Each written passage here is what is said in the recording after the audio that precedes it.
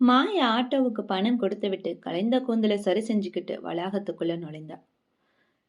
கட்டிடத்துல இருக்கிற புல்வெளி சுத்தமா கொறிக்கப்பட்டு நடுவே பதிந்த கூழாங்கற்கள்ல ஜேடிஹெச் அப்படிங்கிற ஆங்கிலத்துல பகர்ந்தன.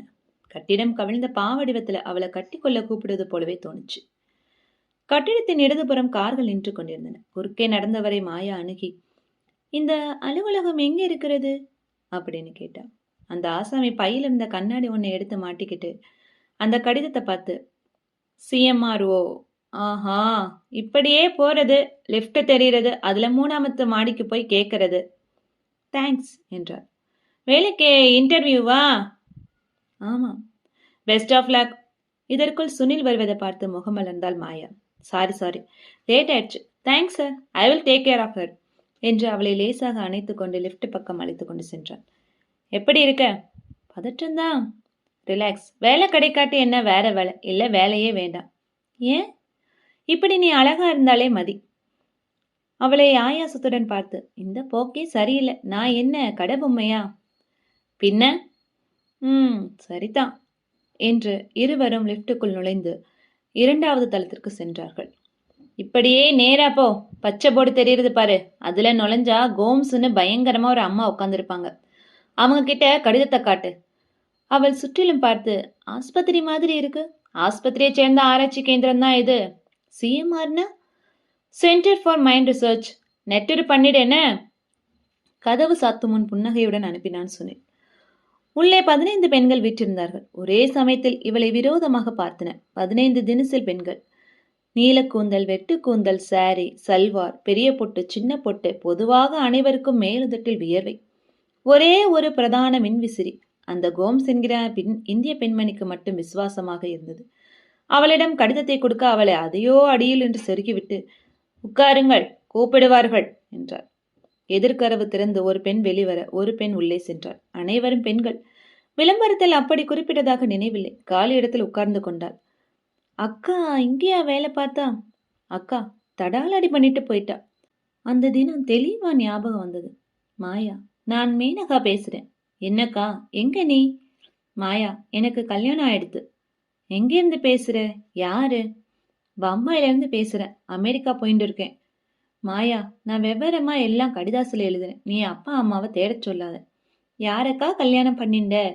எல்லாம் வெவ்வேறமா எழுதுறேன். நீ எப்படியாவது அப்பாவை கவலைப்பட வேண்டான்னு சொல்லிடு. அக்கா நீயே பேசிடுக்கா. போனை கொடுக்கவா? இல்ல, பிளேன் புறப்பட போறது. பின்னணியில் ஜெட் விசில் கேட்டது. Maya, good bye Maya, love you Maya. கதவை திறந்ததும் திடுக்கிட்டாள் மாயா. உள்ளே பெரிய மேஜைக்கு அந்த பக்கத்தில் 6 பெரிய மனிதர்கள் அமர்ந்திருக்கிறார்கள். அனைவரும் அவளை பார்த்து கொண்டிருக்க மேசை மேல் ஒரு பிளாஸ்டிக் தலை வைத்திருந்தது. மெல்ல அவர்களை அணுகலாம். உட்காருங்க. உங்க பேரு என்று கேட்டது ஒரு திசை. மாயா. ஜஸ்ட் மாயா? கூட ஏதாவது பேர் இருக்கா? மாயா ரங்கநாத். எங்க அப்பா பேர் ரங்கநாத். மாயா இயந்திரத்தனமாக தன் சான்றிதழ்களையும் பட்டங்களையும் பையிலிருந்து விடுவித்து நடுங்கும் கரங்களால் அவளிடம் தந்தாள். அதுக்கெல்லாம் இப்ப தேவையில்லை. ரிலாக்ஸ் மாயா. குரல் வந்த திசையில் அவருக்கு 45 வயது இருக்கும். பற்ற வைக்காத பைப், வாராத கிராப், திருத்தாத மீசை, பொருந்தாத குரல். எங்க கேந்திரத்துல என்ன ஆராய்ச்சி செய்யறோம்னு தெரியுமா? மாயா தயக்கத்துடன், தெரியாது என்றார். அது எங்களுக்கே தெரியாது என்று அட்டகாசமாக சிரித்தார் Sarangapani. Come on Sarangapani, no jokes please. Miss Maya, சிஎம்ஆர்னா என்னன்னு தெரியுமா? Centre for mind research. Very good. எப்படி தெரிஞ்சது? வரப்போ வெளியே போட மாட்டேன்றது என்றார் சாரங்கபாணி. அதான் சார் உண்மை, மன்னிச்சிடுங்க. எனக்கு இந்த இடத்தை பத்தி எதுவுமே தெரியாது. வேர்ட் ப்ராசஸிங் தெரியுமா? தெரியாது சார். டைப்பிங் தெரியுமா? தெரியும் சார். அட போறோம். மைண்ட் ரிசர்ச்னா என்ன? மனசுக்குள்ள ஆராய்ச்சி பண்ற என்று சிரிச்சார் காரங்கபாணி. Sir please. மனசை பத்தி ரிசர்ச் பண்றது சார் என்றாள் மாயா. குட். மனசு எங்க இருக்கு? அவள் மலங்க பார்த்துவிட்டு, மூளைக்குள்ள இருக்குன்னு நினைக்கிறேன் சார். அவர் தன் எதிரே இருந்த பிளாஸ்டிக் தலையை பிளந்து திறந்தார். உள்ளே ரோஜா நேரத்தில் மடிப்பாக இருந்ததை காட்டி, இது என்ன? இதுதான் மூளையுடைய மாடல் மாதிரி தெரியுது. உன்னை நான் எங்கேயோ பார்த்துருக்கிறேன். இதுக்கு முன்னாடி இந்த இன்டர்வியூக்கு வந்திருக்கியா மாயா? இல்லை சார். பின்ன நான் உன்னை எங்கேயோ பார்த்துருக்கேனே. மாயா சற்று தயங்கி, என் சிஸ்டர் மேனகா இங்க வேலை பார்த்துட்டு இருந்தாங்க சார். அப்படி சொல்லு. மேனகா சிஸ்டரா நீ? அவ இப்ப எங்க இருக்கா? அமெரிக்கால சார். சட்டுன்னு சொல்லிக்காம கொல்லாம விட்டுட்டு போயிட்டா. அது நியாயமான அவளை கடிதாசி எழுதுனா கேளு.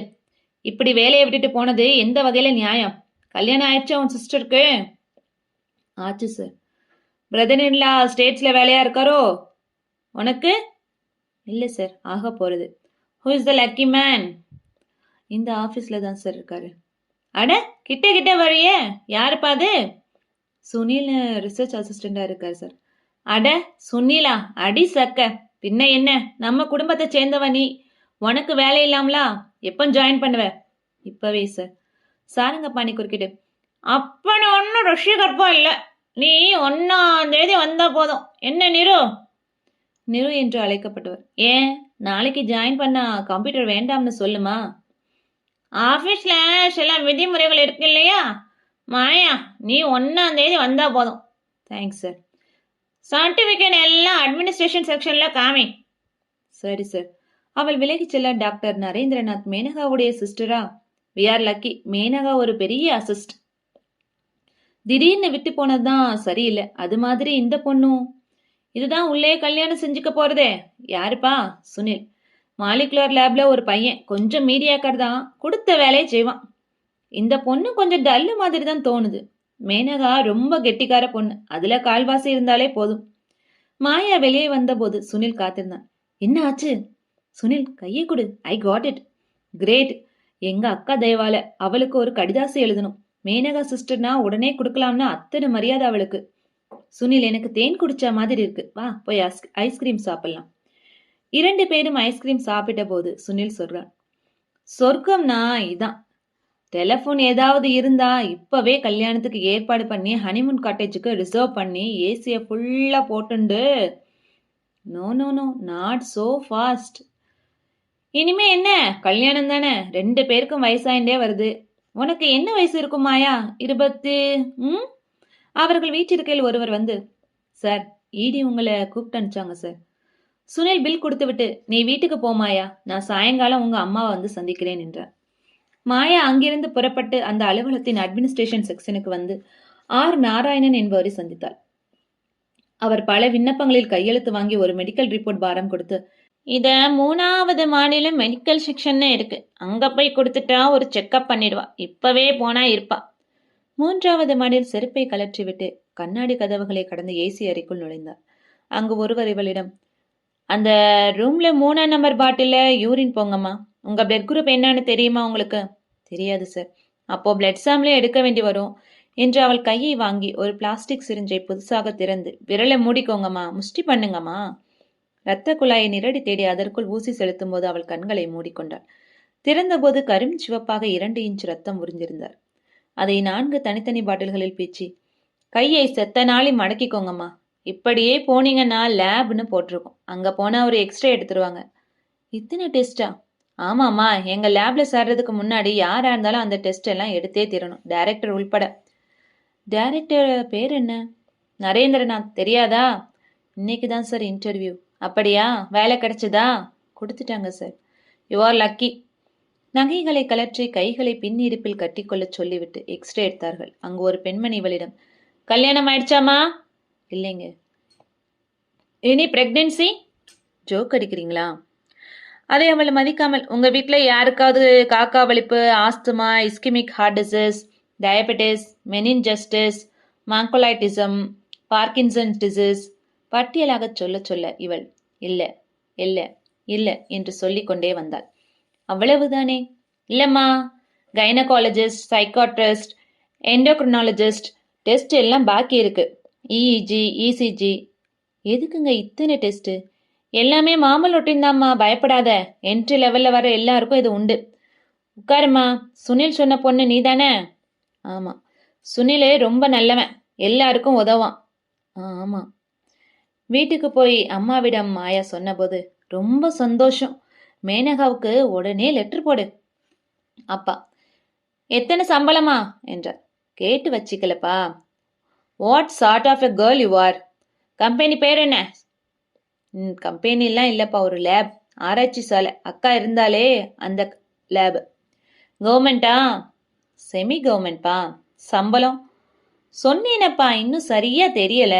அப்பா, எத்தனை இன்டர்வியூ உங்க அக்காவுக்கு! ஒரே சமயத்துல 9 வேலை கிடைச்சது. பாவி பொண்ணு ஓசைப்படாம புறப்பட்டு போயிட்டா. மறுபடியும் ஆரம்பிக்காதீங்கப்பா. என்ன இருந்தாலும் அவ பண்ணது தப்பு தானம்மா.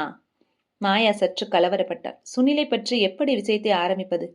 அப்பா அவள் அருகே வந்து, அதே ஆபீஸுக்கு போற, ஏதோ நீயாவது உங்க அக்கா மாதிரி பைத்தியக்காரத்தனம் பண்ணாம இருந்தா சரிதான். அவ இப்ப அமெரிக்கா இருக்கிறதுல யாருக்கு என்ன திருப்தி? புலம்பாதீங்கப்பா. அவளை மன்னிக்கவே முடியாதுமா. நீயும் அந்த மாதிரி ஏதாவது மனசுல வச்சுட்டு இருந்தா உடனே சொல்லிடுமா. திடுதிடுப்புன்னு உங்க அக்கா மாதிரி வந்து ஷாக் கொடுக்காத. சொல்லிடுறேன்ப்பா. கதவு மணி பொத்தான் அழுத்தப்பட, வாசல்ல யாருன்னு போய் பாரு. மாயா போ. மாயா வாசலுக்கு வந்தாள். சுனில், நான் என்ன சொல்லியிருக்கேன்? கெட்ட செய்தி மாயா. என்ன? எனக்கு கல்கத்தாவுக்கு மாற்றல் ஆகியிருக்கு. சுனிலின் முகத்தில் ஏமாற்றம் இருந்தது. கல்கத்தாவில் என்ன? எங்க பிரான்ச் ஒன்று இருக்குது. ரொம்ப சொங்கி பிரான்ச் மாயா. நான் வேலையை ரிசைன் பண்ணிடுறேன். அப்ப நாம எப்படி கல்யாணம் செய்துக்க முடியும்? எங்க அப்பா சம்மதிக்கவே மாட்டாரு. சிக்கல் தான். நேத்து வரைக்கும் இதை பத்தி பேச்சே இல்லை. டாக்டர் சாரங்கபாணி தான் வத்தி வச்சிருக்கணும். கிராதக கெல்ஜாய். இன்டர்வியூல நக்கலா கேட்டுட்டு இருந்தாரே அவரா? அவன்தான். டாக்டர் நரேந்திரநாத் எப்படி? அவர் ஜென்டில்மேன். அவருக்கு அக்காவை தெரிஞ்சிருக்கு. உங்க அக்காவை லேப்ல எல்லாருக்கும் நல்லாவே தெரியும். அத்தனை பாப்புலர். உன்கிட்ட அதனால எதிர்பார்ப்பு அதிகமாவே இருக்கும். அக்காவை வச்சுதான் உனக்கே வேலை. என்ன வேலைன்னு சரியா தெரியலையே சுனில். சொல்லுவாங்க. அப்ப நான் ஒண்ணு செய்யறேன். கல்கத்தாவுக்கு போய் சார்ஜ் வாங்கிட்டு உடனே லீவ் போட்டுண்டு ஒரு வாரத்துல வந்துடுறேன். வந்து வேட்டையாடுறேன். வேற வேலை கிடைக்குமா? கிடைக்கணும். கிடைச்சே ஆகணும். அமெரிக்காவில கூட ஒரு எம்எஸ்க்கு போட்டிருக்கேன். அப்பா வாசலில் வந்து, யாரு என்றார். அவர் பார்வையில் உடனே விரோதம் இருந்தது. அப்பா, இவர்தான் சுனில். எங்க ஆபீஸ்ல நிறைய ஹெல்ப் பண்ணிருக்காரு எனக்கு. வணக்கம் சார். உங்க மற்றொரு டாக்டர் மேனகா எங்க ஆபீஸ்ல. மேனகாவை பத்தி பேச வேண்டாம். Cheese ungrateful doctor. இவளாவது அந்த மாதிரி யாரையாவது இழுத்துண்டு ஓடாம இருந்தா சரிதான். சுனிலும் மாயாவும் ஒருவரை ஒருவர் பதற்றத்துடன் பார்த்து கொள்ள, மாயா, அப்புறம் பார்க்கலாம் மிஸ்டர் சுனில் என்று விரட்டினார். அவள் போனதும் மாயாவிடம், அப்பா, இவர் யாருமா? சொன்னேனப்பா, ஆபீஸ்ல சிநேகிதம். இன்னும் ஆபீஸ்ல சேரவே இல்லை. முதல் நாளே சிநேகிதமா? பேஷ் பேஷ். மாயாவின் முகம் மாறியது. பாரு, உங்க அக்கா மாதிரி ஷாக் கொடுக்கறதா இருந்தா இப்பவே சொல்லிடும். என்ன, இந்த வேலையில ஸ்திரமா இருக்க போறியா இல்லை எவனையாவது இழுத்துண்டு ஓட போறியா? அப்பா, நீங்க அக்காவை இன்னும் மன்னிக்கலேன்னு. துரோகி. அவ என்னப்பா தப்பு செஞ்சா? உங்களுக்கு செலவு வைக்காம அமெரிக்காவில மாப்பிள்ள தேடிண்டா. என்ன பிரயோஜனம்? ஒரு பைசாவுக்கு பிரயோஜனம் உண்டா? மாப்பிள்ளைங்கிறவன் முகத்தை கூட பார்த்ததில்ல. ஒரு போட்டோ இல்ல, ஒரு போன் கால் இல்ல. கடிதம் எழுதுறாளே. என்ன கடிதம்? நீ சௌக்கியம், நான் சௌக்கியம், இதெல்லாம் ஒரு கடிதமா? உங்களுக்கு என்ன வேணும்? பணமா? அதான் நான் வேலைக்கு சேர்ந்துட்டேனே. பணம் இல்ல பெண்ணே, பணம் இல்ல. பின்ன வேற என்ன? எனக்கு இந்த வீட்டுல சந்தோஷப்படவோ துக்கப்படவோ உரிமை இருக்கா என்ன? பாத்ரூமுக்கு போய் தன் முகத்தில் குளிர்ந்த நீரை தெளித்து கொண்டு கண்ணாடியில் பார்த்து கொண்டாள். கன்னம் சிவந்திருந்தது. கழுத்து வரை நனைத்திருந்தாள். மனதின் அடித்தளத்தில் ஒரு பய வரம்பு. ஏன் இது? சுனிலுக்கு மாற்றலா, இல்லை அந்த லேபில் பரிசோதனைகளாலா, இல்லை பாவடிவ கட்டிடம் அவளை வாவென்று கூப்பிட்டது போன்று ஏற்படுத்திய பிரம்மையிலாளா? என்ன சோகம் என்று தெரியவில்லை அவளுக்கு. குளிக்கும் முன் தன் உடைகளை நீக்கி சுருட்டி போடும்போது நெஞ்சில் ஒரு சிறிய கரிநில பொட்டு போல் பார்த்தாள். இது எதுக்குங்க? டிஷ்யூ கல்ச்சர்னு ஒரு டெஸ்ட். பயப்படாத. ஒரு சாதாரண வேலைக்கு இத்தனை பரிசோதனைகளா? அக்காவுக்கு முதல்ல எழுதி கேட்கணும். திங்கட்கிழமை முதலாக வேலைக்கு போவதால் சாமி கும்பிட்டு விட்டு நெற்றியில் மெல்லிதாக குங்குமம் இட்டுக்கொண்டு அப்பா சகுனம் பார்க்க புறப்பட்டார். தெருக்கோடியில் சுனில் நின்று கொண்டிருந்தான். வா, மோட்டார் சைக்கிள்ல போயிடலாம். சுனில், நீ கல்கத்தா போகலையா? 15 நாளைக்கு ஹவுரா மேல் புக் ஆயிருக்கு. பையர்ல போக கேட்டிருக்கேன். அனுமதி தந்தா போவேன். அது வரைக்கும் ஜாயினிங் டைம் தான், லீவ் தான். உன்னையே பார்த்துட்டு இருந்தா பொழுது போயிடும். அவள் பின்னால் உட்கார சுனில் அவளை பார்த்து, உன்னோட சாரி அவ்வளவா தோது படல. ஜீன்ஸ் அந்த மாதிரி மாடர்ன் ட்ரெஸ் போட்டா என்ன? எனக்கு மாடர்ன் ட்ரெஸ் போட்டது கொஞ்சம் தயக்கண்டா. உன்னோட அக்கா எது வேண்டுமானாலும் போடுவா. அவளுக்கு உடனே ஞாபகங்கள் வந்தன. இது எதுக்கு அக்கா? அப்பா கிட்ட சொல்லாத. நான் நீச்சல் கத்துக்கிறேன். இந்த ட்ரெஸ் போட்டுட்டா? ஆமா, இது ஸ்விம் சூட்டு. தொலைல மாறெல்லாம் தெரியுது. தெரிஞ்சா என்ன என்று அவளுடைய ஞாபகங்கள் சில தெரிந்தவாறு மவுண்ட் ரோட்டில் சுனில் வேகமாக போக ஒரு டிராபிக் கான்ஸ்டபிள் விசில் ஊதி நிறுத்த விர் என்று நிறுத்தாமல் போனான். சுனில் உடனே, சலான் வர்றதுக்குள்ள கல்கத்தா போயிருவேன், சரியா கட்டிக்கோ. என்ன வெக்கம். உன்னோட சிஸ்டர் மேனகா என்ன ஃபார்வர்ட் தெரியுமா? அவளை இந்த மாதிரி கூட்டிட்டு போயிருக்கியா என்ன? பல தடவை. முதல் நாள் ஆனதால் டாக்டர் நரேந்திரநாத் எல்லோருக்கும் அவளை அறிமுகப்படுத்தினார். இது மிஸ் கோம்ஸ், என் செக்ரட்டரி, இது அருணா, இது சீதா, இது காவேரி, இது மிருளானினி. அனைவரும் பொம்மைகள் மாதிரி சிரித்து ஹாய் வெல்கம் என்றனர். இது ஸ்ரீதர், லேப் அசிஸ்டன்ட். இவர் டாக்டர் சாரங்கபாணி. இன்டர்வியூ சந்திச்சோமே, உனக்கு கொடுத்துட்டாங்களா? ஆமாம். Any objection sir?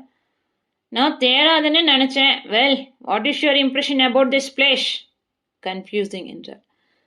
உன்னை கவனிச்சியா சுனில் என்று மத்தியானம் கேண்டீனில் மாயா கேட்டார். என்ன? நிறைய பெண்கள் இங்க வேலை பார்க்குறாங்க. டாக்டர் நரேந்திரநாத்துக்கு பெண்கள்னா பிடிக்குமா என்ன? என்ன அர்த்தத்துல கேக்குற நீ? இல்ல, பிடிக்குமான்னு கேட்டேன். அவங்க தான் லேப் ஒர்க் பண்ண நிறைய பொறுமை உள்ளவங்கன்னு அவர் நினைக்கிறாரு. இப்பவாவது பரவாயில்ல. முன்னெல்லாம் நந்தகுலம் மாதிரி இருக்கும். 2 கிருஷ்ணர். அதுக்கப்புறம் தான் நானும் ஸ்ரீதரும் வந்தோம். ஸ்ரீதர் எப்படி? அப்புறாணி. வேலை ஏதாவது தந்தாங்களா? இன்னைக்கு எந்த வேலையும் தரல. நாற்காலியில உட்காந்து வச்சு எதிர்த்தாப்புல ஒரு டிவி மாதிரி இருந்ததே, அது என்ன? டெர்மினல். பிற்பகல்ல டாக்டர் நரேந்திரநாத் அவளை அறைக்கு அழைத்தார். முதல் நாள் வேலை எதுவும் செய்ய வேண்டாம். டெல்மி, மேனகா எப்படி இருக்கா? சௌக்கியம்தான் சார். லெட்டர் போடுறாளா? அப்பப்போ எனக்கு தான் எழுதுவா. அமெரிக்காவில் எங்க இருக்கா? நியூயார்க்கில் சார். ஃபோன் நம்பர் ஏதாவது? இல்லை சார். அடுத்த தடவை எழுதுற போது ஃபோன் நம்பர் கொடுக்க சொல்லு. I want to talk to her, just to say hello. சரி சார். நீ அவ மாதிரியே இருக்க. ரிப்போர்ட்டை பார்த்து அதே ரத்தம், ஏ பாசிட்டிவ், குணம் கூட அதே மாதிரியா? இல்லை சார், நாங்கள் 2 பேருமே ஆப்போசிட். குரல் கூட ஒற்றுமையா இருக்கு. கையெழுத்து ஒரே மாதிரி இருக்குன்னு தான் சொல்லுவா, வேற எதுவும் சொல்ல மாட்டா சார். தப்பி போய் மேனகான்னு கூப்பிட்டா கோவிச்சுக்காத. இல்லை சார் என்று சிரித்த ஒரு முறை அவளை நிமிர்ந்து பார்த்தார்.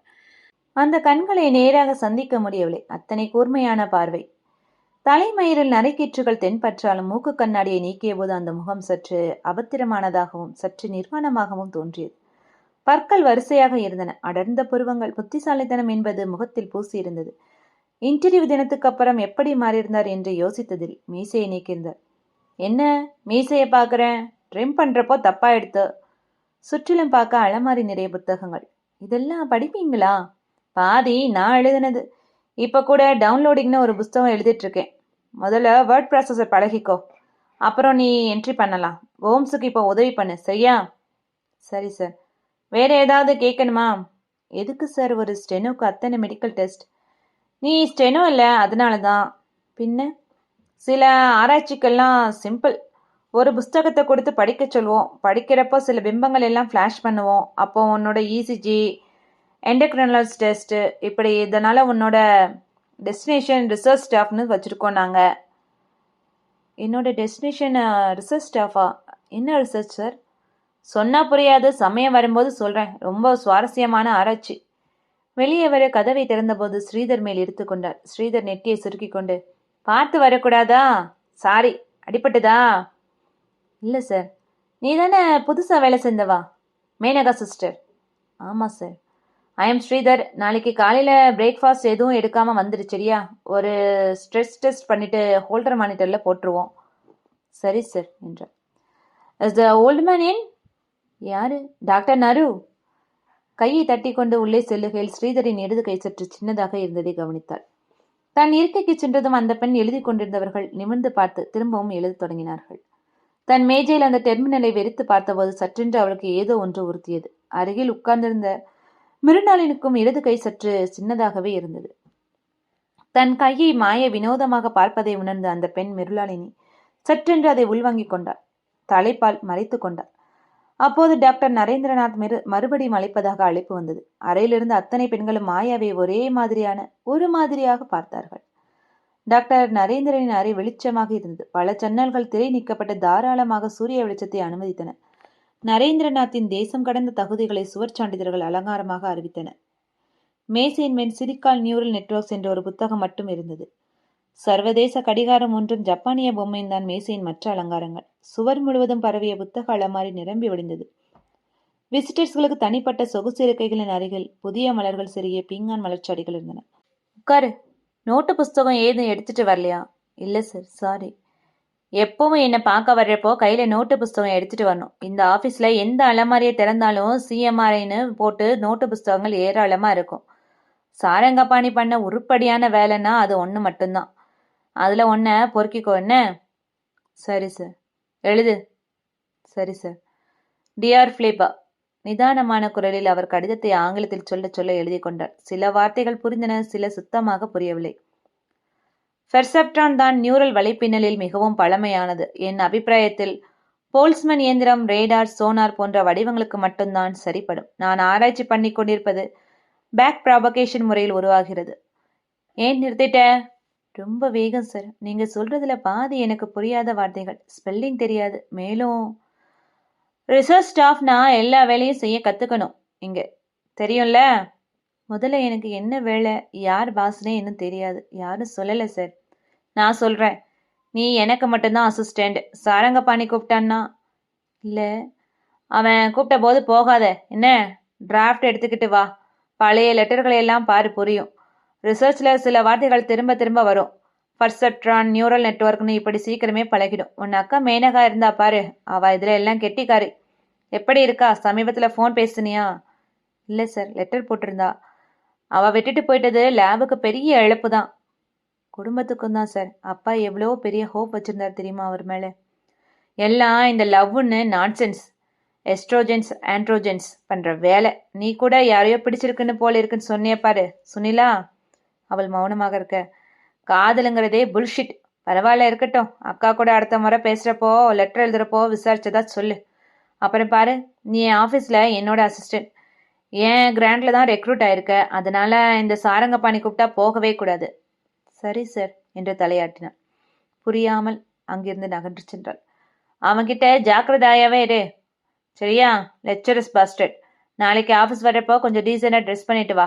உன் புடவை டிஸ்ட்ராக்டிங். கன்னத்தில் வெக்க ரத்தம் பாய ஏறக்குறைய அழும் நிலையில் அறையை விட்டு வெளியே வந்தபோது கோம்ஸ் அவளை கூப்பிட்டு, இந்த காகிதங்களில் கையெழுத்து போடு. அப்புறம் சாரங்கபாணி சார் உன்னை கூப்பிட்டு அனுப்பினாரு. சாரங்கா? அது வந்து டாக்டர் நரேன் போக வேண்டான்னு சொன்னாரா? அதானே? ஆமாம் மிஸ் கோம்ஸ். எனக்கு இந்த ஆஃபீஸில் எதுவுமே புரியலை. நடுக்கமாக இருக்குது. எல்லாம் பழகிரும். இப்போ அவர் கூப்பிட்டதுக்கு நான் போகணுமா வேண்டாமா? ஓ இஷ்டம். பெரியவர் என்ன சொன்னாரு? ஏன் அசிஸ்டன்ட் நீ, யார் கூப்பிட்டாலும் போகக்கூடாதுன்னாரு. என்னவோ, குதிரை வியாபாரமா இது? ரூல் எப்படின்னா, நீங்கள் எல்லாரும் ரிசர்ச் ஸ்டாஃப் ஃபூல்னு பேர். எல்லா டைரக்டருக்கும் போதும், யார் கூப்பிட்டாலும் போகணும். என்ன? ஏதோ கிராண்ட்னு சாரங்கபாணி தான் கிராண்டில் பணம் கொடுத்துருக்காரு. இப்போ நான் என்ன செய்கிறது? வந்த உடனே ஆஃபீஸ் பாலிடிக்ஸில் மாட்டிக்காத. எல்லோர்கிட்டையும் சுமூகமாக இரு. அடுத்த ஹெச்ஓடி யார் வேணாலும் வரலாம். 10 இயர் போஸ்ட் வேற. பியூன் வந்து, மிஸ் மாயா, உங்களை சாரங்கபாணி டாக்டர் கூப்பிட்டாரு. கோம்ஸ் போ என்று கண்ணாலே சமிக்கை செய்தார். சாரங்கபாணி அறை நரேந்திரநாத்தின் அறைக்கு பக்கத்திலே இருந்தது. ஆனால் முற்றிலும் மாறுதலாக இருந்தது. மேஜை எங்கே என்று தெரியாமல் புத்தகங்களும் காகிதங்களும் பரத்தி இருக்க, சிகரெட் துண்டுகள் திணிக்கப்பட்டு வழிந்த ஆஸ்ட்ரேவும் தரையில் கிடந்த காப்பி கோப்பையும் யுத்தகலம் போல் தெரிந்தது. உட்காரு. இந்த முட்டாள்தனமான இடத்துல எங்கேயாவது ஏதாவது நாற்காலி இருக்கும். உட்காரு. நரேந்திரனை பார்த்தாயா? ஆமாம் சார். என்ன சொன்ன? கிழ போல்ட்டு. அவள் தயங்க, நான் சொல்கிறேன், நீ என் அசிஸ்டண்ட்டு. சாரங்கபாணி கூப்பிட்ட போகாத, அதுதானே? ஆமாம் சார். இந்த லேப் ஒன்றும் தாத்தா விட்டு சொத்து இல்லை. போய் சொல்லுன்னு அவனை பார்க்கும்போது. சாரங்கபாணி முதலில் கிட்டத்தில் பார்க்க அத்தனை வயதானவர் அல்ல புறப்பட்டது. கொஞ்சம் துடைத்து தலை சீவி விட்டால் சுனிலின் வயதுதான் இருக்கும் போல இருந்தது. கண்ணாடியை கலைற்றுவிட்டு துடைத்து கொண்ட போது அவர் நிஜ வயசு புலப்பட்டது. உட்காரு, முதல் தினம்ல, அதனால குழம்பி போயிருப்ப. பாரு, நீங்கள்லாம் ரிசர்ச் ஸ்டாஃப் பொதுவாக பூல்னு வச்சிருக்கோம். கோம்ஸ் சொன்னாங்களா? கோம்ஸ் சொன்னாங்க சார். அந்த பசுமாடா, அவளை நம்பாத. எமகாதகி. உன் வேலைன்னு இல்லைன்னு முதல்ல தெரிஞ்சுக்கோ. ரிப்போர்ட் எழுதுறதுக்கும் ரிசர்ச்சில் உதவுறதுக்கு தான் நீ. ஏர்லைன்ஸ் டிக்கெட் புக் பண்ணவோ, ரேஷன் கார்டு, பள்ளிக்கூடத்தில் பணம் கட்டவோ, எலக்ட்ரிசிட்டி பில் கட்டவோ, இதுக்கெல்லாம் யாரும் உன்னை கூப்பிட்ட பயன்படுத்த முடியாது. சரியா? சரி சார். அப்படி யாராவது உனக்கு வேலை தந்தா என்கிட்ட வந்து சொல்லு. கவுன்சிலில் ஒழுக்கிட்டுறேன் ஒழுக்கி. சரி சார். அக்கா எங்கே இருக்கா? அவள் அட்ரஸ் வேணும் எனக்கு. அல்லது டெலிஃபோன் பேசுகிறப்போ நம்பர் இருக்கா? கொடுக்குறேன் சார். இப்போ சொல்லு. இப்போ இல்லை சார். நியூயார்க் ஏரியாவா? ஆமாம் சார். இப்போ கூப்பிட்டு பேசலாமா? நம்பர் தெரியுமா? ஃபோனை எடுத்தார். இப்போ நடுராத்திரி சார், தூங்கிட்டு இருப்பா. ஒன்று பண்ணு, சாயங்காலம் 6 மணிக்கு வா, ஃபோன் பண்ணலாம். நம்பர் இல்லை சார். நாளைக்கு காலையில் ஆரம்பிச்சிடலாம் பொது வேலையை, சரியா? சரி சார். வெளியே வந்தபோது மகா குழப்பமாக இருந்தது. சுனிலை பார்த்து முதலாக இதை பற்றி கேட்டுவிட வேண்டும் என்று நினைத்தார். தன் இருப்பிடம் எது என்று கூட மாயாவுக்கு தெரியவில்லை. அவர் முன் உட்கார்ந்திருந்த இடத்தில் வேறு ஒரு பெண் விற்றிருந்தார். ஏதோ ஒரு காலை நாற்காலியில் உட்கார்ந்து கொண்டாள். அத்தனை பெண்களும் அவளை மௌனமாக விரோதத்துடன் தான் பார்த்தார்கள். யாரும் அவளுடன் சிநேகம் கொள்ள விருப்பமாக தெரியவில்லை. தானே அருகில் இருந்தவிடம், hi, I am Maya. I am Aruna. எனக்கு சுனிலின் செக்ஷனுக்கு போகணும். சுனிலை தான் மாத்திட்டாங்களே. தெரியும். அந்த பெண் உள்தொடர்பு போனில் 3 எண்களை ஒத்தி, ஸ்வேதா, அங்க சுனில் வந்தானா? போனை வச்சதும், சுனில் வந்திருந்தாராம், போயிட்டாராம், கல்கத்தாவுக்கு மாத்திருக்கான் அவரை. தெரியும் அருணா. உங்களை ஒன்று கேட்கலாமா? என்ன? எத்தனை டேரக்டருங்க இந்த லேப்ல இருக்காங்க? 6 பேர். முக்கியமானவங்க நரேனும் சாரங்கபாணியும் தான். எதுக்கு கேட்குறேன்னா, 2 பேர்ல யார் சொல்றதை கேட்கறது? அதுதானே எங்க எல்லாருக்கும் அதான் பிரச்சனையே.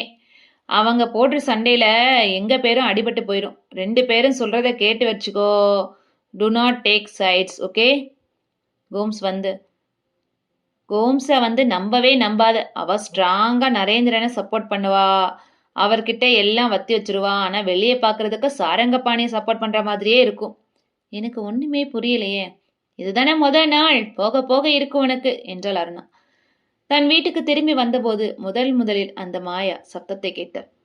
மறுபடியும் மாயா அந்த ஒலியை எங்கே கேட்டிருக்காள் என்பது சரியாக நினைவில்லை. காதருகே பறவைகள் சிறகடிப்பது போல சப்தம் கேட்டது. கூடவே அந்த மந்தஸ்தாபில் ஒரு வெர்ர என்று சத்தம் கேட்டது. மூக்குக்குள் பலவாசனை அடித்தது. நாக்கு உலர்ந்து போய் சற்று நேரம், இது ஒரு செகண்டா 1 மணியா என்று தெரியவில்லை. ஞாபகம் பிசகியது. நினைவு திரும்பிய போது அந்த அருணா அவளை ஒரு மாதிரி பார்த்து கொண்டு, என்ன ஆச்சு என்றார். என்ன, சில மாதிரி நின்னுட்டீங்க. அப்படியா? எத்தனை நேரம்? என்ன, ஒரு 10 செகண்ட் இருக்கும். ஏதோ அசதி அல்லது களைப்பு போல இருக்கணும். தான் இருக்கைக்கு வந்து தண்ணீர் அருந்தினாள். அது மாதிரி வந்ததே இல்லை. டாக்டர்கிட்ட முதல்ல போய் காட்டணும். முதல் தினமே உடம்பு சரியில்லை என்று காட்டிக்கொள்ள வேண்டாம். மிருளாளினி அவளிடம் வந்து, உங்ககிட்ட நரேந்திரர் ஏதாவது டிக்டேஷன் கொடுத்துருக்காரா? ஆமா, ஒரு லெட்டர். டைப் மிஷின் எங்க இருக்கு? டைப் மிஷின்லாம் கிடையாது, எல்லாம் வேர்ட் ப்ராசஸர் தான். அப்படின்னா? சரிதான். மேனகாவோட தங்கங்கிற வாயம் பின்னாடி என்று கம்ப்யூட்டர் டெர்மினல் அழகை அழுத்துச் சென்று அதன் விசைப்பலகையில் விரல்களால் நடனமாடி அதன் பச்சை வண்ணத்திரையை உயிர்ப்பித்து, இந்த ப்ரோக்ராம் சொல்றத அப்படியே செய், 4 நாள்ல கத்துக்கலாம். அது சுலபமாகத்தான் இருந்தது. முதலில் அவளுக்கு டைப் அடிக்க தெரியுமா என்று கேட்டது அந்த திரை. தெரியும் என்றதற்கு இந்த வாக்கியத்தை டைப் அடி என்றது. அவள் அடிக்க, உன்னுடைய வேகம் 25 வார்த்தைகள் மொத்தம் என்று எல்லாத்தையும் கணக்கெடுத்து கொடுத்தது. ஒரு மெடல் போன்று அதில் வந்தது. முதல் நாளைக்கு பரவாயில்லை என்று செய்தி காட்டியது. தப்பாக அந்த கடிதத்தை அவள் அடித்தாலும் சுலபமாக பிழை திருத்த முடியாது அந்த திரையில். மிருளாளினி அதை லேசர் பிரிண்டில் அச்சடித்து கொடுத்த போது அவளுக்கு நாம இதை அடிச்சோம் என்று ஆச்சரியமாக இருந்தது. டைரக்டரிடம் அதில் கையெழுத்து வாங்க கோம்ஸிடம் கொடுத்த போது அவர் அவளை உள்ளே கூப்பிட்டு, நல்லா செஞ்சிருக்க என்றார். மிருளாளினி சொல்லி கொடுத்தாங்க டாக்டர். அவளை பார்த்து, சில வேளையில மேனகாவே திரும்பி வந்துட்டாப்ல இருக்கு. சாயங்காலம் சுனில் கொட்டட வளாகத்தின் முன்வாசலில் மோட்டார் சைக்கிளில் காத்திருந்தான். கல்கத்தா டிரான்ஸ்ஃபருக்கு எதிராக அப்பீல் பண்ணி ஒரு மனு கொடுத்துருக்கேன். நான் போகல கல்கத்தாவுக்கு. என்ன? ஏன்? உன்னை விட்டு போக விருப்பம் இல்லை, ராஜினாமா கொடுக்க போறேன். சே, நல்ல வேலையை விட வேண்டாம். மாயா, ஏன் ஒரு மாதிரி இருக்க? களைப்பா? சுனில், மத்தியானம் ஒன்று நடந்தது. என்ன? டாக்டர் அறையிலிருந்து வெளியே வர்றப்போ 1 நிமிஷம் மயக்கம் வர்ற மாதிரி. இல்லை, அதை என்ன சொல்றதுன்னே தெரியல. அப்படியெல்லாம் இதுக்கு முன்னாடி வந்ததே இல்லை. இல்லை, இதுக்கு அதெல்லாம் ஒன்றும் இருக்காது. உஷ்ணம், அஜீர்ணம். தண்ணி சாப்பிட்டா எல்லாம் சரியாயிடும். தண்ணி குடிச்சியா? சாப்பிட்டேன். சுனில் அவளை ஒரு கூட்டமுள்ள ஹோட்டலுக்கு அழைத்து சென்றான். இத்தனை கூட்டமா இருக்கே. இங்க மசால் தோசை சூப்பரா இருக்கும். யாராவது பார்த்தா அப்பா கிட்ட வத்தி வைக்க போறா? உங்க அப்பாவுக்கு தெரியாதா என்ன விளையாடுற? தெரியும் தான், ஆனா விவரமா சொல்லல. கவலைப்படாத, சீக்கிரமே தெரிஞ்சிடும். உன் அக்கா எவ்வளவு தைரியம் தெரியுமா? யாராவது முறைச்சு பார்த்தா கூட செருப்பு எடுத்துருவா. போல் கேர்ள். அவளுக்கு அப்படியே எதிர்மறையா அமைஞ்சிருக்கு. அதான் ஆச்சரியம். சரி, முதல் நாள் வேலை எப்படிலாம் போச்சு? யாரெல்லாம் கவனிச்ச? சொல்லு, என்னெல்லாம் கவனிச்சேன்னு சொல்லு. மிருளாளினி இருக்காளே, அவளுக்கு கன்னத்துல மச்சமா? இல்ல, ஒரு கை சின்னதா இருக்காப்ல இருக்கு. மற்ற கையை விட இன்னொருத்தர் லேப் அசிஸ்டன்ட் இருந்தாரே, அவருக்கும் அதே மாதிரி தான். ஒரு கை பெருசா ஒரு கை சின்னதாவும் இருந்துச்சு. என்ன, ஒரு கை மற்ற கையை விட சின்னதா? ஆமா, நான் கவனிக்கவே இல்லையே. கவனிக்கும்படி அவ்வளவு வித்தியாசம் இல்ல. சரி சரி, என் கை நார்மலா தானே இருக்கு, வேற என்ன வேணும்? அவன் பேசிக் கொண்டிருக்க மறுபடி அவள் மண்டைக்குள் அந்த சப்தம் கேட்டது. நிச்சயமாக பறவைகள் சிறகடிப்பது போல, தேனின் அருகாமை, இவர் குழந்தை அழுகை எல்லாம் கலந்தது போல. அதை என்னவென்று சொல்வது? ஓசையா ஓலமா என்று கூட அவளுக்கு தெரியவில்லை. என்ன ஆச்சு என்று அவன் அவளை விழுங்கினான். மறுபடியும் வந்தது அது. என்ன? அந்த மாதிரி சப்தம். அதை எப்படி சொல்றது சுனில் என்று அவள் தன் கையை பிடித்து. எனக்கு பயமா இருக்கு சுனில். நாளைக்கே டாக்டரை பார்த்துடலாம். இல்ல, இப்பவே பார்த்துடலாம் சுனில். சுனில் அழைத்து சென்ற கிளினிக்கில் லேடி டாக்டர் அவளை பார்த்து புன்னகைத்து, what's up problem my child, what's up problem சொல்லு. மாயா தன் மண்டைக்குள் கேட்கும் சப்தத்தை விவரித்தாள். டாக்டர் அவளை தனியிடத்துக்கு அழைத்து சென்று முதலில் ஸ்டெத்தை ஒத்தி பார்த்தார். அந்த ஆசாமி உன்னோட புருஷனா? இல்ல. நீங்கள் இருவரும் ஏதாவது கெட்ட காரியம்? No no. என்ன, ஷுவரா? டாக்டர் கிட்ட எல்லாம் போய் சொல்லக்கூடாது. I am very sure doctor. ராத்திரி சரியா தூங்குறியா? தூங்குறேன் டாக்டர். அண்மையில ஏதாவது விசேஷமா நடந்ததா? அதாவது வேக்சினேஷன், இன்ஜெக்ஷன் அப்படி ஏதாவது போட்டுக்கிட்டீங்க? வேலைக்கு மருத்துவ பரிசோதனை செஞ்சாங்க டாக்டர். எங்க? சிஎம்ஆர்ஐ. என்ன பரிசோதனை? ரத்தம், யூரின், இசிஜி அதெல்லாம் சாதாரண பரிசோதனை தான். எதுக்கும் இந்த மாத்திரை சாப்பிடு. நாளைக்கு மாலையில வா, ஞாயிறு காலையில வா, பரிசோதனைகள் செய். மறுபடியும் அந்த மாதிரி ஏற்பட்டா உடனே உட்கார்ந்துடு, சரியா? அது என்ன டாக்டர், நீ சொல்றத வச்சு பார்த்தா ஆறாங்கிற மாதிரி தான் இருக்கு. உங்க வீட்ல யாருக்காவது காக்கா வலிப்பு இருக்கா? ஐ மீன் எபிலெப்சி? இல்ல டாக்டர். இதுக்கு முன்னாடி உனக்கு ஏதாவது இந்த மாதிரி ஏற்பட்டிருக்கா? நீ வயசுக்கு வந்தபோது எப்பவாது? இல்ல டாக்டர். சரி சரி, கவலைப்படாத, ஞாயிற்றுக்கிழமை என்கிட்ட வா என்றார். சுனில் வெளியே காத்திருந்தான். Anything serious doctor? Nothing nothing. இப்போதைக்கு பணம் வேண்டாம் என்று அவள் பர்ஸை பிடிக்க டாக்டர் சொன்னார். நத்திங்னா எதுக்கு ஞாயிற்றுக்கிழமை வரணும்? சும்மா குழம்பிக்காத, உனக்கு உடம்புக்கு தான் எதுவும் இல்லைன்னு டாக்டர் சொல்லிட்டாரே. முதல் நாள் வேலைக்கு சேர்ந்த படபடப்பு அவ்வளவுதான். இரண்டாவது தினம் ஆபீஸுக்கு போன போது அவளுக்கு போன் வந்தது. தன்னை அந்த நேரத்தில் கூப்பிடுவது சுனிலாகத்தான் இருக்க முடியும் என்று. எஸ் சுனில், சொல்லு என்றார். மாயா, மாயா, ப்ளீஸ் கால் மாயா ரங்கநாத். மாயாதான் பேசுறேன் என்றார். அவள் உள்ளத்தில் படபடப்பு அதிகமாகியது. அலையோசை போல கேட்டது. மாயா, நான் மேனகா பேசுறேன். சமுத்திரங்களை தாண்டி வந்தாலும் திருத்தமாக அவள் அக்காவின் குரலை அடையாளம் கண்டு கொள்ள முடிந்தது. மேனகா, எப்படி இருக்க? எப்படி இருக்க மாயா? அப்பா எப்படி இருக்கா? அம்மா எப்படி இருக்கா? எல்லாரும் சௌக்கியம் தானே? மேனகா, நீ எப்போ வர்ற? இன்னும் 2 மாசத்துல வரேன் மாயா. சிஎம்ஆர்ஐல சேர்ந்துட்டியாமே? ஆமா, உன் தயவால வேலையெல்லாம் கிடைச்சிட்டு. எல்லாம் உன்னை பத்தியே பேசுறாங்க. சந்தோஷமாயா. டாக்டர் நரேந்திரநாத் ரொம்ப நல்லவர். சாரங்கபாணி கிட்ட தான் கொஞ்சம் ஜாக்கிரதையா இருந்துக்கோ. மிருளாளினி, அருணா எல்லாரையும் கேட்டதா சொல்லு. சுனில் எப்படி இருக்கான்? Maya, I miss you all of you Maya. அப்பாட்ட சொல்லு, கூடி சீக்கிரமா உங்களை எல்லாம் வந்து பாக்குறேன்னு சொல்லு. மாயா, பணம் டிராஃப்ட் அனுப்புறேன்னு சொல்லு அப்பா கிட்ட, சரியா? அப்பா இன்னும் கோபமா தான் இருக்காரா? நீ வந்தா சமாதானம் ஆயிடுவா மேனகா என்றாள் மாயா. போனை வைத்ததும் பிரமிப்பாக இருந்தது. இன்னும் சற்று நேரத்தில் மறுபடியும் போன் ஒலித்தது. மாயா இருக்காங்களா? சுனில். சுனில், இப்பதான் மாயா கிட்ட மேனகா கிட்ட பேசினேன். டெலிஃபோன் நம்பராவது கேட்டியா மாயா? இல்ல, அடுத்த முறை கேட்டு வச்சுக்கோ. நான் ஃபோன் பண்ணது வேற விஷயத்துக்கு. நான் வேலையை ரிசைன் பண்ணிட்டேன். அமெரிக்கா போக போறேன். அமெரிக்காவா? எனக்கு அட்மிஷன் கிடைச்சிருக்கு. டியூஷன் ஃபீஸ் வேவரோட உடனே ஜாயின் பண்ணணும். மாயா, எனக்கு என்ன பண்ணணும்னே தெரியல. ஏன்? உன்னை விட்டு போக விருப்பமே இல்லை மாயா. மாயாவுக்கு திடீர் அந்த பய அலை மோதியது. சுனில், எனக்கு பயமா இருக்கு. என்ன பயம் மாயா? என்னை தனியா விட்டுட்டு போறியா? சரி, நீயும் வந்துறேன். அமெரிக்காவுக்கா? அது எப்படி சாத்தியம்? டூரிஸ்டால வந்துரு, பாத்துக்கலாம். உங்க அக்கா இருக்கல்ல, நான் இப்ப போக போறது இல்ல. செப்டம்பர்ல தான், இன்னும் கொஞ்ச நாள் இருக்குல்ல. கல்கத்தால போய் ஜாயின் பண்றாப்புல பாவலா காட்டலான்னு பார்த்தேன். அவங்க ஒத்துக்கல, அதனால ரிசைன் பண்ணிட்டேன். மாயா அவள் கையை பற்றினான். பயப்படாத, உங்க அக்கா டெலிஃபோன் நம்பர் விலாசம் எல்லாம் கேட்டு வச்சுக்கோ. அமெரிக்கா போன உடனே சந்திக்கலாம். மாயாவுக்கு கொஞ்சம் பொறாமையாக இருந்தது. சும்மா அக்கா கூட சுத்த வேண்டாம். போன காரியத்தை படிப்பை முடிச்சுட்டு திரும்பி வந்துடணும், சரியா? சுனில் திருச்சி, அப்படியே ஆகட்டும் மகாராணி என்றான்.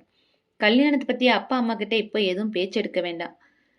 மாயா, எனக்காக காத்திருப்பியா? காத்திருக்கிறேன் சுனில். வார கடைசியில அவளை ஆடியோ அப்படிங்கிற லேபுக்கு அழைத்து சென்று அங்க ஒரு புத்தகத்தை கொடுத்து படிக்க சொன்னாங்க. இதை படி. ஒரு மைக் முன்னால் படிக்க சொன்னால் அந்த பெண்மணி. இது என்ன சிஸ்டர்? வாய்ஸ் பிரிண்ட் எடுக்கணும். அது எதுக்கு சிஸ்டர்? எல்லாருக்கும் லேப்ல வாய்ஸ் எடுக்கணும்னு சாரங்கபாணி சார் உத்தரவு. எதுக்கு? அவங்க கேட்குறாங்க, நாங்கள் எங்கள் கடமையை செய்கிறோம். அதிகம் கேள்வி கேட்கக்கூடாது, பதில் கிடைக்காது. அவங்க காரியத்தை பார்த்துட்டு போயிட்டே இருக்கணும். சம்பளம் வாங்குறல்ல, படி என்றார். ஒவ்வொரு நூலும் 10 பாடல்களை கொண்ட பகுதிகளாக இருந்தது அந்த புத்தகம். மாயாவுக்கு எதற்காக ஒரு மைக்கின் முன்னால் 500 பற்றிய கட்டுரைகளை படிக்கிறோம் என்று புரியவே இல்லை. அங்கிருந்து அவளை அழைத்து சென்று அடுத்த அறையில் பலவித கோணங்களில் போட்டோ எடுத்தார்கள். நேர்பார்வை, பக்கவாட்டு பார்வை, பாதி உடல், முழு உடல். இத்தனை போட்டோவா? ஃபைல் கம்ப்ளீட் ஆகும்ல? இன்னும் என்னென்ன டெஸ்ட் பாக்கி இருக்கு? எனக்கு தெரியாது என்றார் போட்டோக்காரர். அந்த ஆசாமிக்கும் கேமராவை அட்ஜஸ்ட் பண்ணும்போது கை சின்னதாக இருந்ததற்போ தோன்றியது. மாயாவுக்கு இது என்ன, இந்த லேப்ல எல்லோருமே ஒரு மாதிரி கை சின்னதாவே இருக்குது என்று ஒரு வித சந்தேகம் எழுந்தது. கேமரா களத்தில் தெருகிக் கொண்டு லென்ஸை கலற்றி கொண்டு பையில் போட்டுக்கொண்டு அவர் மாயாவிடம், நாளைக்கு பிரிண்ட் எடுத்தப்புறம் காட்டுறேன் என்றார். வெளியே வந்தபோது சாரங்கபாணி எதிர்பட்டார். மாயா தானே? ஆமா சார். மேனகா சிஸ்டர்? ஆமா சார். ஏதாவது உதவி வேணும்னா என்னை பாரு, சரியா? ஏதாவது எப்போவாவது நரேந்திரனை பற்றி இல்லாத பொல்லாத சொல்லிட்டே இருப்பான், எதையும் நம்பாத. அவர் கையில் சிறிய இன்ஜெக்ஷன் பாட்டின் அளவுக்கு சிவப்பாக ரத்தம் வைத்திருந்தார். என்ன பார்க்குற? முயல் ரத்தம், மனுஷத்தெல்லாம் இல்லை, பயப்படாத. அவர் சென்ற பிறகு மிருளாளினி மாயாவை கடந்து சென்றார். மாயாவுக்கு மேகனா போனில் சொன்னதான் ஞாபகம் வந்தது. சாரங்கபாணியிடம் ஜாக்கிரதையாக இருக்கும்படி சொன்னதான் அடிக்கடி நினைவுக்கும் வந்தது. நரேந்திரநாத்தின் அறைக்குள் அவள் அடிக்கடி வேலை நிமித்தமாக செல்ல வேண்டியிருந்தது. அதனால் அவரை சற்று கொஞ்சம் புரிந்து கொள்ளவும் முடிந்தது. இந்த அலுவலகம் முழுவதும் நரேந்திரநாத்தை சுற்றிதான் இயங்குகிறது என்பதை 10 நாளைக்குள் அவள் தெரிந்து கொண்டாள்.